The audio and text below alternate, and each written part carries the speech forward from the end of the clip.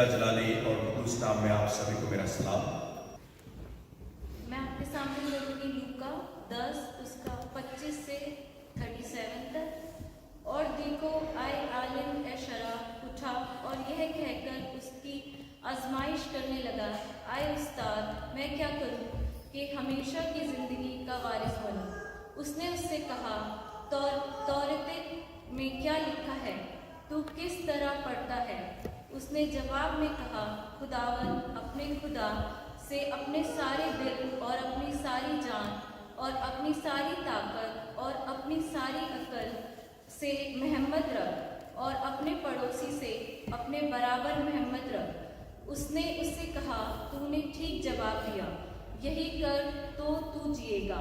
मगर उसने अपने तय रास्तबाज ठहराने की गरज से यीशु से पूछा, फिर मेरा पड़ोसी कौन है?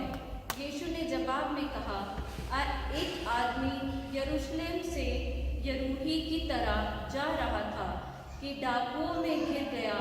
उन्होंने उसके कपड़े उतार लिए और मारा भी और अधमुआ छोड़कर चले गए। इत्तफाकन एक काहिन उसी राह से जा रहा था और उसने देखकर कतरा कर चला गया। इसी तरह एक लावी उस जगह आया, वो भी उसे देखकर कतरा कर चला गया। लेकिन एक सामरी सफर करते करते वहां आ निकली और उसे देखकर उसने तरस खाया। उसके पास आकर उसके जख्मों को तेल और मैं लगाकर बांधा और अपने जानवर पर सवार करके सराय में ले गया और उसकी खबरगिरी की। दूसरे दिन 2 दिनार निकालकर भटियारे को दिए और कहा, इसकी खबरगिरी करना और जो कुछ इससे ज्यादा खर्च होगा मैं फिर आकर तुझे अदा कर दूंगा। इन तीनों में से उस शख्स का जो डाकुओं में घिर गया था, तेरी 10 दिन में कौन पड़ोसी ठहरा? उसने कहा, वो जिसने उस पर रहम किया। यीशु ने उससे कहा, जा तू भी ऐसा ही कर। परमेश्वर अपने वचन पे पढ़े और सुने जाने पर आशीष दे। आमीन।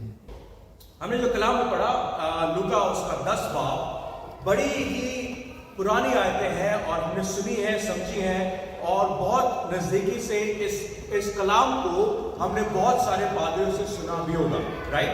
मैं आपके सामने छोटी सी बात शेयर करना चाहता हूं कि खुदावंद यीशु मसीह के पास एक ऐसा आदमी आता है जिसको लॉ के बारे में सब कुछ पता है, जो बड़ा आलिम है और जो क्या मैं उसका जो व्यवस्था है, जो शरीयत है, उसको बड़ी अच्छी तरीके से समझता है। ये कोई चंगू मंगू नहीं है, कोई टॉम डिक एंड हैरी नहीं है जिसने किताब को एक बार पढ़ा और छोड़ दिया, मगर he is a law giver, sorry he is a law expert. और जब आप किसी चीज के एक्सपर्ट होते हैं तो कई बार आपको उसके ऊपर घमंड होता है कि मैंने इस सबक में महारत हासिल कर रखी है और मैं सब जानता हूं कि कलाम में क्या लिखा है। और वो खुदावन को चैलेंज करने के लिए, खुदावन यीशु मसीह को कहीं पर गिराने के लिए खुदावन यीशु मसीह के पास आता है और खुदावन यीशु मसीह से पूछता है कि मैं उस अंत के जीवन को पाने के लिए, उस हेवनली किंगडम को पाने के लिए, तेरे राज्य में खड़े होने के लिए, तेरे साथ नेशन बनाने के लिए कैसे उस इंफिनिटी के अंदर जी सकता हूं जो तू ऑफर करता है। वो कहता है कि मैं कैसे उस रूह को, जिंदगी को पा सकता हूं। देखो, एक आलम शरा उठा और कहकर उसे आजमाइश करने लगा। खुदावंद यीशु मसीह की आजमाइश कर रहा था। वो उसके पास जेन्युइन क्वेश्चन नहीं था, खुदा की आजमाइश करने के लिए खड़ा होता है। कहता है, उस्ताद मैं क्या करूं कि हमेशा की जिंदगी का वारिस बनूं।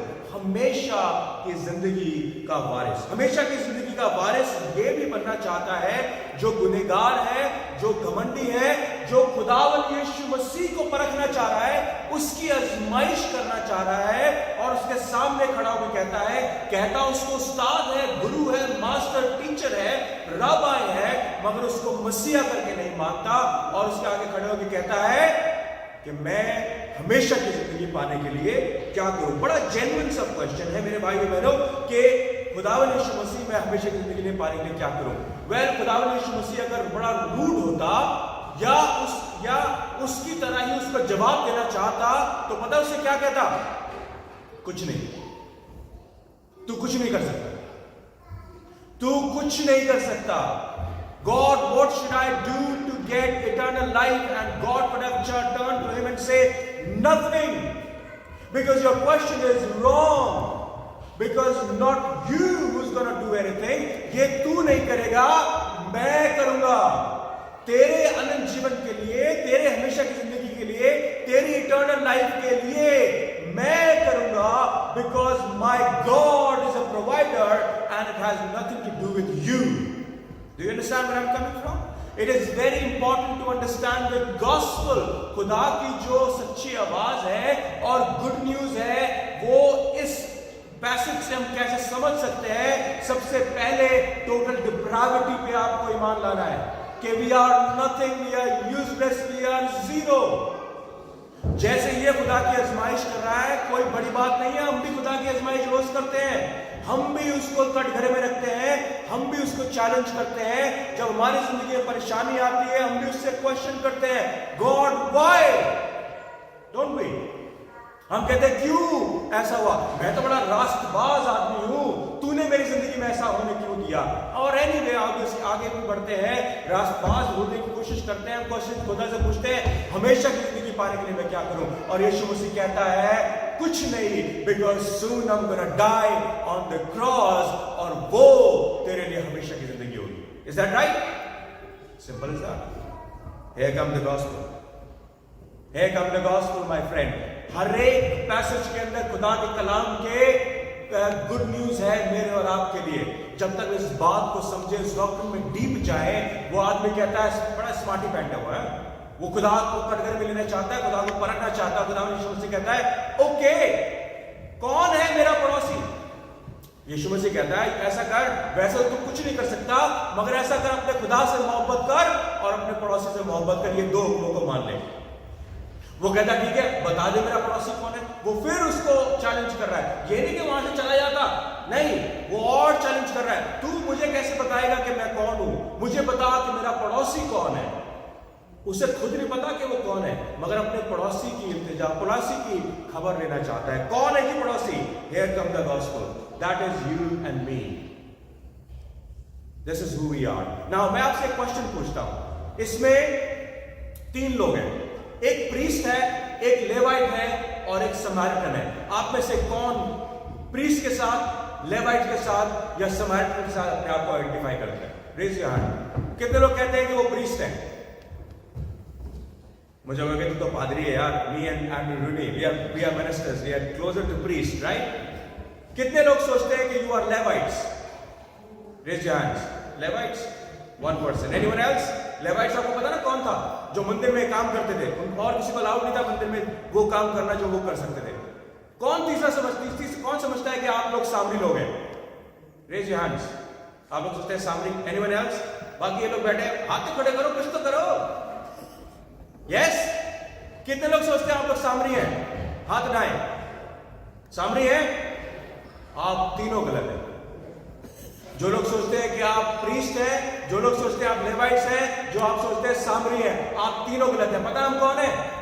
हम वो हैं जो अधमरे पड़े हैं.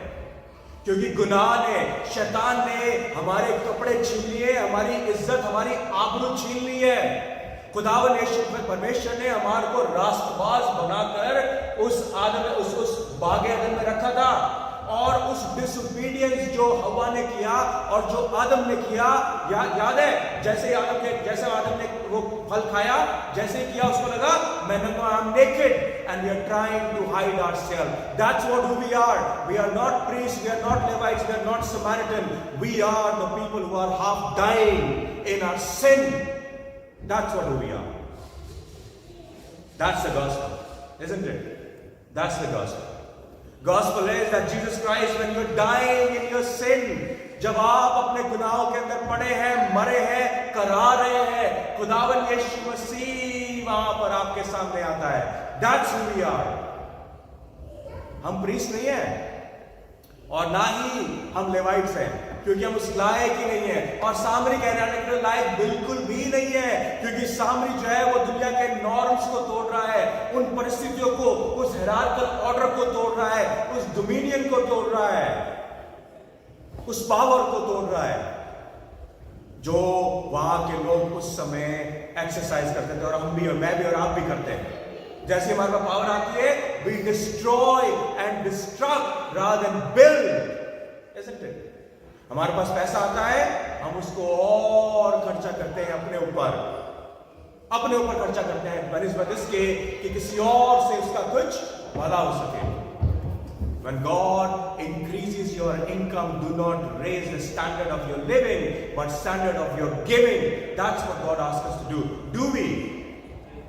We are far, far away from that Samaritan who was always looked down upon, जिसको लोग इंसान नहीं मानते थे। वो अब प्रॉब्लम ये है कि आपके ऊपर ये डिपेंड करता है। अब आप ये आइडेंटिफाई करके देखें, ना ही आप प्रीस्ट हैं, ना ही आप लेवाइट हैं, ना ही आप समारिटन हैं। Who are we? We are the people who are down there in a societal order, and in whatever order you're looking for, we are just down there because हम अधमरे हैं। उस शैतान ने हमसे सब कुछ छीन लिया है और खुदा से हमें दूर कर दिया है। अब हमारे पास सिर्फ एक चीज है कि जल्द से जल्द अगर हमारे पास कोई मदद नहीं आई, we're gonna die in our sin and we're gonna be rotting in hell। क्यों नहीं? गुनाह की जो अंत है वो क्या है? मौत है ना।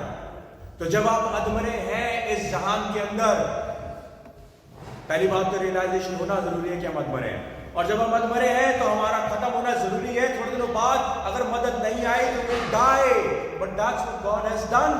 जब हम अपने गुनाहों में मरे थे तभी खुदावंद यीशु मसीह हमारे पास आया, सही वक्त पर खुदावंद यीशु मसीह आया ताकि हमें बचा सके as a good Samaritan।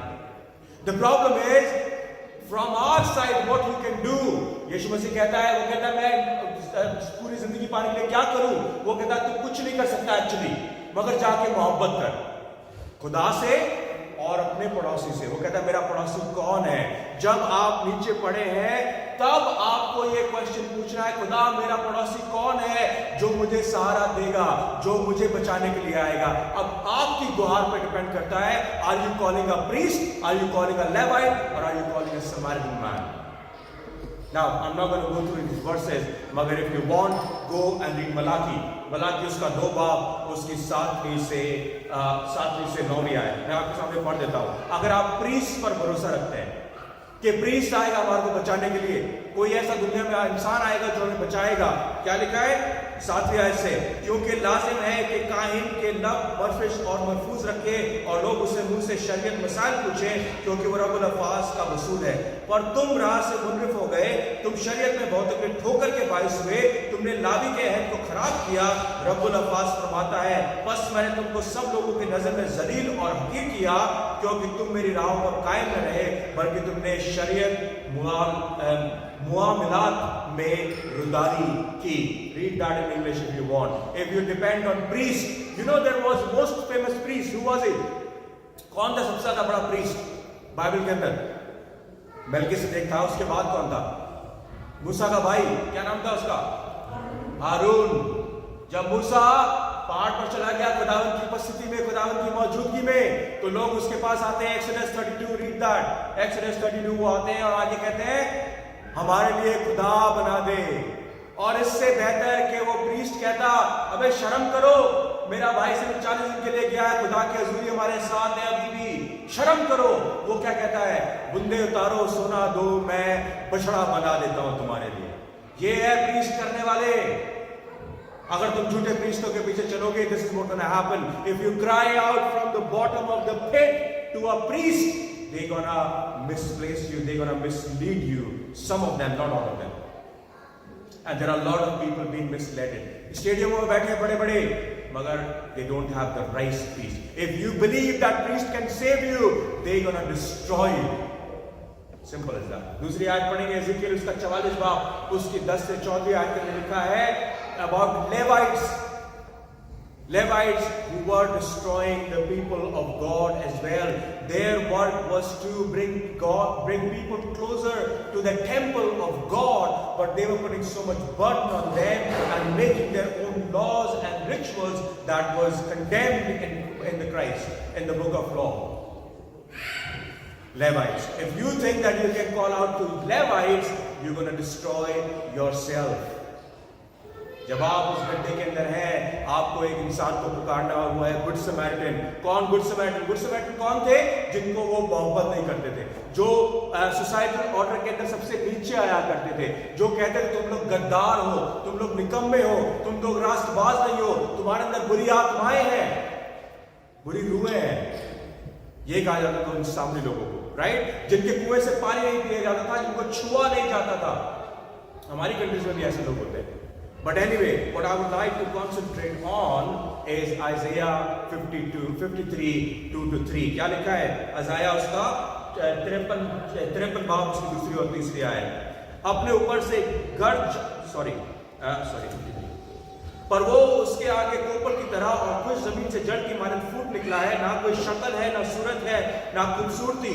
जब तक उस पर निगाह करे तो कुछ उसका हमाल नहीं रहा, और जो उसके मुश्ताक हो वो आदमी में हकीरो मुदड़, मर्द कमनाक और रंज का आशना था। लोग उसे गोया रुपेश थे, उसकी तहकीर की गई और हमने उसकी कुछ कदर ना जानी। जैसे उस सामरी की कदर उन लोग ने नहीं जानी थी, वैसे खुदावंद यीशु मसीह की कदर नहीं जान रहे, ये दुनिया नहीं जान रही, और हम लोग मसीह भी नहीं जान रहे कि खुदावंद यीशु मसीह ही है जो हमारे जख्मों पर मलहम लगाएगा, जो हमारे जख्मों पर तेल लगाएगा, जो हमारे जख्मों पर अपनी वाइन को छिड़केगा। ऐसे ही उसने किया, सलीब पर हुआ, मेरे और आपके लिए जख्मों खुद को जख्म लिया, अपने हाथों को थुकवाया, अपनी सलीब पर मारा गया, खून को बहाया, ताकि मैं और आप उसके उस लहू में डूबकर रास्तबाज हो सके, और वो रास्तबाजी के बाद आपको अपने गधे पर बिठाकर उस खुदा की नजदीकी में लेकर आ सके और कह सके, खुदा I paid the price for it, और मैं ये 2 दिनारी देता हूं, and I will pay more, could you please take care of it. Do you understand the gospel? That is nothing else but the gospel in a nutshell. That you believe in priests, they will destroy you. अगर आप किसी minister से विश्वास करते हैं, अगर आप लेवाइट से विश्वास रखते हैं, वो सब आपको धोखा देंगे। सिर्फ एक खुदावंद यीशु मसीह है जो आपके जख्मों पर मलहम लगाएगा, आपको अपनी सवारी पर बिठाकर उस खुदा के पास लेकर जाएगा और उससे कहेगा, ये ले, I have paid the price. जब 2 दिनारी उस सामरी ने दी, this is what God Jesus has done to God, he said, you take care of him. हमेशा की जिंदगी पाने के लिए क्या करें? सामरी के पीछे हो। हमेशा की जिंदगी पाने के लिए उस खुदावंद यीशु मसीह के पीछे हो लें, जिसने मेरे और आपके लिए अपनी जान दी।